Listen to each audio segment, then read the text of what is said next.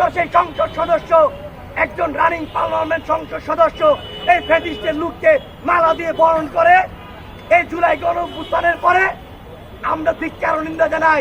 জনাব তারেক রহমান সাহেব, আপনি এখনো আপনার নেতাকর্মী যারা আছে তাদেরকে হুঁশিয়ার হইতে বলেন। আওয়ামী লীগের কে পুনর্বাসন যদি করার চেষ্টা করে আমরা আবারও কিন্তু রাজপথে নেমে যাব, আমাদেরকে কোনোভাবে আটকাইতে পারবেন না বলে দিলাম। এই আওয়ামী লীগ পাখির মতো মানুষকে গুলি করেছে, হত্যা করেছে। আমরা মনে করি মানুষ মানুষকে মারতে পারে না, যারা অমানুষ তারাই কেবল মানুষকে মারে। তার জন্য আমরা বলি এই সকল অমানুষদের কার্যক্রমে বাংলার মাতৃদের চলতে দেওয়া হবে না। জনাব তারেক রহমান সাহেব, আপনার সুদৃষ্টি কামনা করি।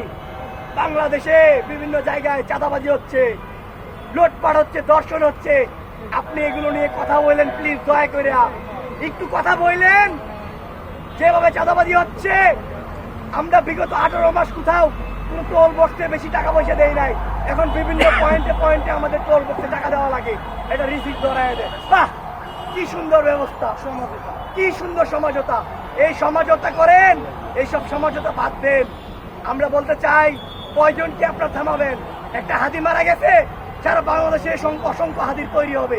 কথা বলা যেহেতু আমরা গণ অভ্যুত্থানের পরে শুরু করেছি, আমাদেরকে কথা বলা সামাইতে পারবেন না।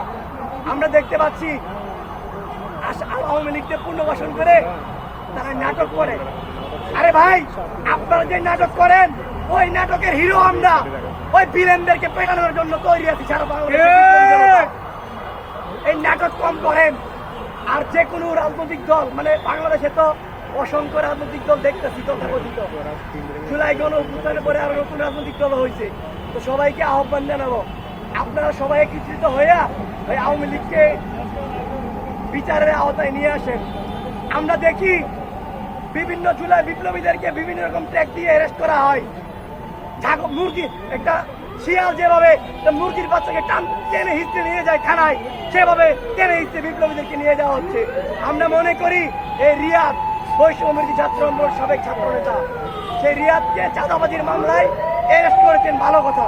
যারা অন্যায় করবে তাদেরকে আপনাদের অবস্থান থেকে অবশ্যই, কিন্তু আমাদের কথা হচ্ছে এই রিয়াদকে যখন নিয়ে যাচ্ছেন তখন আপনারা টানতে টানতে নিয়ে যাচ্ছেন।